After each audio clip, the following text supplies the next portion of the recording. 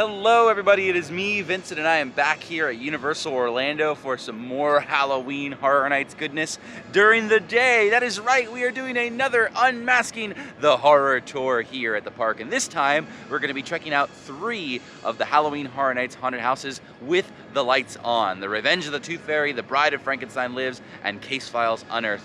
Legendary Truth. This is a really cool tour that they offer here at Universal, which is going to allow us to explore these haunted houses with the lights on, with a tour guide. We're going to learn some fun facts, be able to take some really cool pictures, and just overall appreciate this really awesome Halloween event even more. So come along if you dare, and welcome to the latest episode of VincentVision. Wachow! Wanna play? Chucky. Heading this way for the Unmasking the Horror tour. Right down this way towards the old Blue Man Group Theater. Hello, it's me, Vincent, back at Universal. We're doing another daytime behind the scenes tour for Halloween Horror Nights, Unmasking the Horror. I did the 6-house tour a couple weeks ago and I loved it so much that I wanted to come back and finish it off. So we're gonna be doing the cheaper, quicker 3-house tour. This tour is gonna get us access to the Bride of Frankenstein Lives, the Revenge of the Tooth Fairy, and Case Files Unearthed. Legendary Truth. All 3 very cool and very interesting haunted houses that I'd like to see with the lights on. So we're gonna go through, do just that. We're gonna be able to take tons of pictures, but just like my last vlog, no video inside the actual haunted house. But don't worry, I've got my narration down to a science. I actually really liked it. I was very proud of myself for my last video. I thought I did a really good job with that. So I'm excited to try it out again for these 3 haunted houses. But we've got to head in to the old Blue Man Group Theater, also the old Nickelodeon Theater, to check in for the tour. So this is where checked in right over here, and this is the waiting lobby for the tours. Last time I did the 6-house tour, I was hanging out right over there. This time for the 3-house, I'm hanging out right over here. And these groups usually run about like 12 people or so you can always expect a full house because they are very, very popular. Some fun costumes I didn't really get to show off last time I was here, but these are just some general Halloween Horror Nights costumes for the event. Can't really pinpoint them to like a specific haunted house, but still pretty cool to see. So we're going to start out with the Bride of Frankenstein Lives. Yep, see some excitement over there. Love your shirt, by the way. He loves the baby. And then after that one, we're going to head right next door to the next soundstage to experience Revenge of the Tooth Fairy. And did anybody come in 2020 and see Bride of Frankenstein or Revenge of the Tooth Fairy? Those are the 2 houses up over here. Yep, fantastic. All right, here we go. We are going to head through the Blue Man Group Theater to get to the haunted houses. This is backstage, so no video. We'll see you soon. You know the deal. Heading inside of Soundstage 23 where the Bride of Frankenstein Lives is located, so no video. I'll see you guys at the end of Bride of Frankenstein. Ta-ta. Narrator, take it away. All right, we're heading into the lights on portion of the video. A couple things to know before we get into it. 1, there are obviously going to be spoilers to these haunted houses, so just be ready for that. Number 2, there's going to be mature content ahead, so lots of blood and guts in certain parts of this video, but don't worry, it's all fake, it's just pretend. And 3, there are going to be tons of pictures, but you actually can't take pictures in every single room of the haunted houses, so I just took pictures of what I could. So I'm going to show you the pictures of things that I found interesting, and hopefully you guys find them interesting as well. So without further ado, let's head into our first haunted house, the Bride of Frankenstein Lives. This is our tour guide Todd taking us through the first room of the Bride of Frankenstein Lives. When you go down this hallway, if you look to the right hand side, you're able to look through the openings and you'll actually see the final scene of the Bride of Frankenstein movie where the castle is collapsing, and then the actual sort of entrance facade of this haunted house is the Bride of Frankenstein lifting up the pillars above Frankenstein's dead body. Actually, it's Frankenstein's monster. Shut up. I'm gonna call him Frankenstein in this video. So surprisingly, for this haunted house, it is still technically considered an IP haunted house, an intellectual property. So because of that, I actually couldn't take as many pictures in the haunted house as I thought I was gonna be able to, which is fine because I think we were able to take pictures in some of the more interesting rooms of this haunted house anyway. There are a lot of different like dark corridors. If you've been through this haunted house, you would know. This room here actually takes place 20 years into the future. I didn't know this haunted house had a time skip, but this is a laboratory where she is extracting the blood from the brides of Dracula's to infuse it into Frankenstein's corpse. Now, this room actually had some references to other Universal monsters. When you enter the room to the right, on the table by the book, that's actually supposed to be Dracula's ring, and on that same wall there is a cane with a wolf head, a reference to the Wolfman. Over on the left, right by the front as well, there is a bony fish hand, and that is supposed to be the creature of the Black Lagoon's hand, which you see his body in a giant display case, but we couldn't take pictures in that section of the haunted house.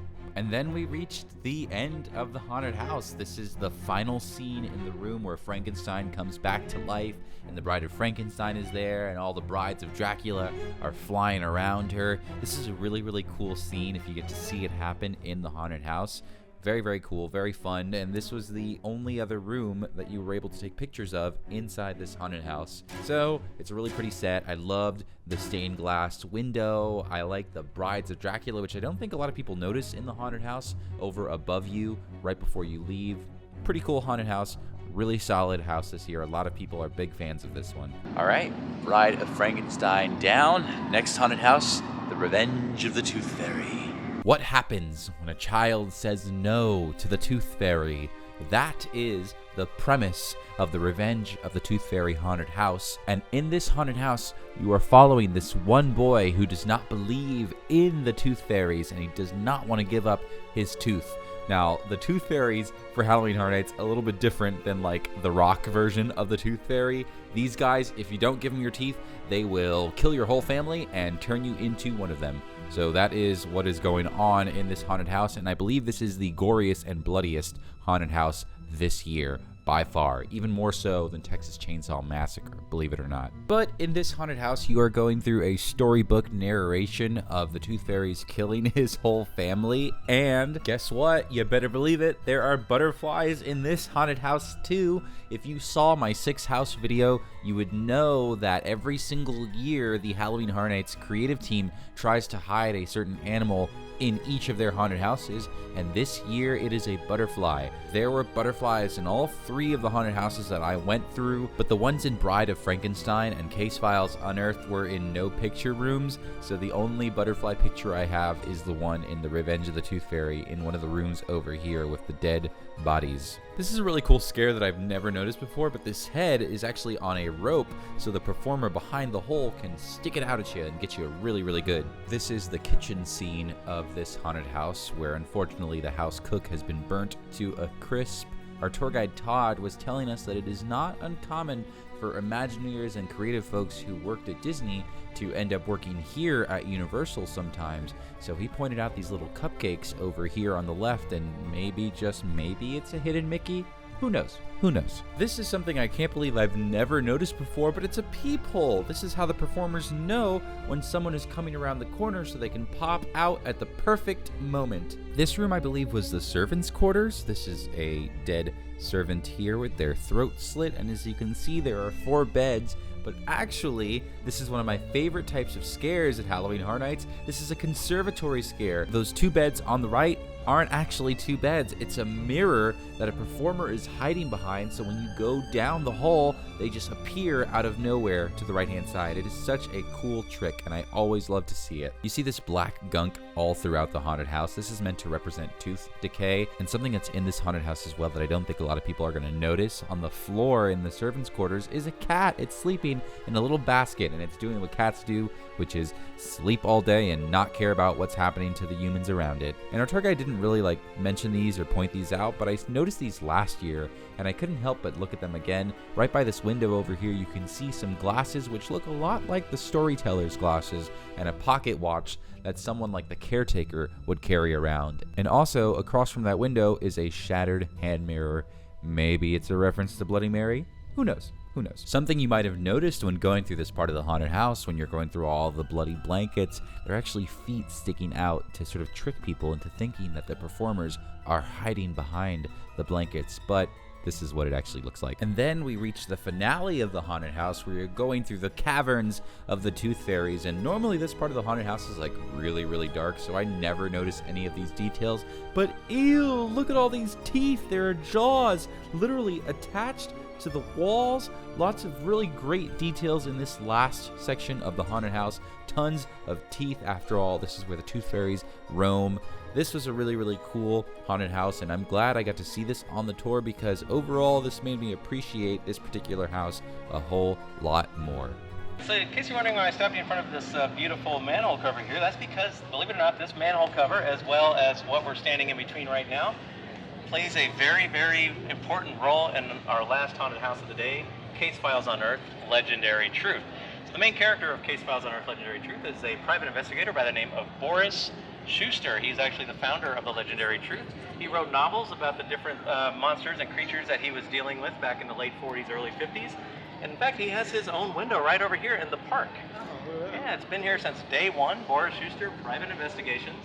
All right, so we're heading into Case Files Unearthed, Legendary Truth. Fun fact, this haunted house is actually inside the Shrek Theater, one of the two Shrek theaters. They close one of them at a certain time of year, take out all the seats, and they build a haunted house inside. So we are gonna go head into that haunted house now. We're not heading towards Shrek, which is gonna close in January. We're heading into Legendary Truth. Okay, so before we even get into the Case Files haunted house, I need to talk about the Legions of Horror, because this is what this haunted house is about. Yes, there are ties to Legendary Truth and Boris Schuster and Bloody Mary and things like that, but when you're going through the haunted house, you are seeing the different Legions of Horror being represented. And this is basically like in 2012, they didn't have scare zones. They had roaming groups of characters, and they were the Legions of Horror. And all these different emblems here, these are all the different types of legions and monsters. So there was like a whole legion of vampires, there was a whole legion of zombies, a whole legion of, like, you know, beasts, things like that. So when you're going through this haunted house, that is what you're seeing represented in all these different rooms. So then starts the haunted house, which actually starts in 1991, the first night of Fright Nights at Universal Studios way back when. We meet a character, his name is Tim Foyle, like Tim Foyle hat. He's sort of like a big conspiracy guy, and he discovers Boris Schuster's attic, where he has collected all the totems from these different legions. And these different novels of Boris Schuster are all the different sort of legions that he's interacted with and the stories that he's come across while he's collected the totems. Then we go into the 1940s and get to meet Boris and start to go through his different stories and adventures. And this was actually like my favorite part of the Three House tour. We get to go inside Boris Schuster's office, which is normally a place where the character is hanging out and you can't go inside, which is a shame because there are so many cool little Easter eggs in this office. This is one of the totems from one of the legions, and when you look on the board over here, you can see all these different phone numbers. These are all the different fictional stores in the New York section of the park. And then over here, it says to not approach this mysterious woman who is very likely Bloody Mary. You can't say her name. I guess they're not allowed to use Bloody Mary anymore. Murder by Mannequin. This is one of the totems, this Fabergé egg in a bear trap. For some reason, I used to really be afraid of mannequins in the store. I had a really bad dream when I was a kid that they came to life and like attacked me. So this room always kind of gives me the creeps. But this one looks like James Dean, so that's kind of fun. Murder by Mossman. It's fun to see how they connect it to the outside park, because look, that's the sewer we were standing on before we got inside the haunted house. This section of the haunted house is pretty spooky, and you definitely get a good scare in here before we head to my favorite part of the haunted house, the Lustful Alibi section, where you get to go into the Kitty Cat Club, which also exists outside in the park. And this is a one-for-one recreation of the Kitty Cat Club facade out in the park. So this is really, really impressive. And also, look up, look around you. They really went all out with just this one little section. You can see they built the facade all around, even at the top. And remind you, this is inside the Shrek Theater, so you can kind of see some of the red curtain over there. That is very, very cool. What a great little facade inside the haunted house. A really cool, iconic moment as you're entering the Kitty Cat Club. They have Boris kind of on the side over there. They have fake rain, and he's smoking a cigarette. It's obviously a mannequin, but I can get close to it this time and actually look at it. This is what it looks like. This is a really cool part of the haunted house. It feels like you're going into a club. They got the dead bodies and drinks, and on this stage over here, this is actually a live singer. There's a devil woman up there. She can sing and talk to guests and actually interact with people as they pass by. It is a really, really cool effect and adds so much to this already cool scene. The Beast Unleashed, normally a very, very dark section of this haunted house, but with the lights on tour, you can see so much more. You are in the basement, you can look up and see the entrance. That is the totem over there, that is a cage. And I've always seen this like cage area. I couldn't really tell what was inside, but it's a severed head. Go figure. And then we enter the precinct, which is the second to last room of the haunted house. And if you turn around as soon as you enter, you can very clearly tell you are in the Shrek ride, because this is the pre-show. That is the magic mirror. Those are the 3 little pigs. This is another one of the totems over here with a dead police officer. This was really fun. This is a bottle that showed up in a whole bunch of different houses. This is Lazy Bastard Bourbon. This is a reference to a character that was part of like this interactive game during the year of Bloody Mary and Boris Schuster. And then in the very last room, you head back to 1991, 1 minute before midnight, where Tim Foyle has collected all the totems and you find out his grisly fate. You cannot take pictures inside that room, but that is okay because it was still pretty cool to see. This was a really great deep cut haunted house, and I'm glad this house exists for the Halloween Horror Nights super fan. This is a really, really fun house, and doing this Lights On tour made me appreciate it and understand it a whole lot more.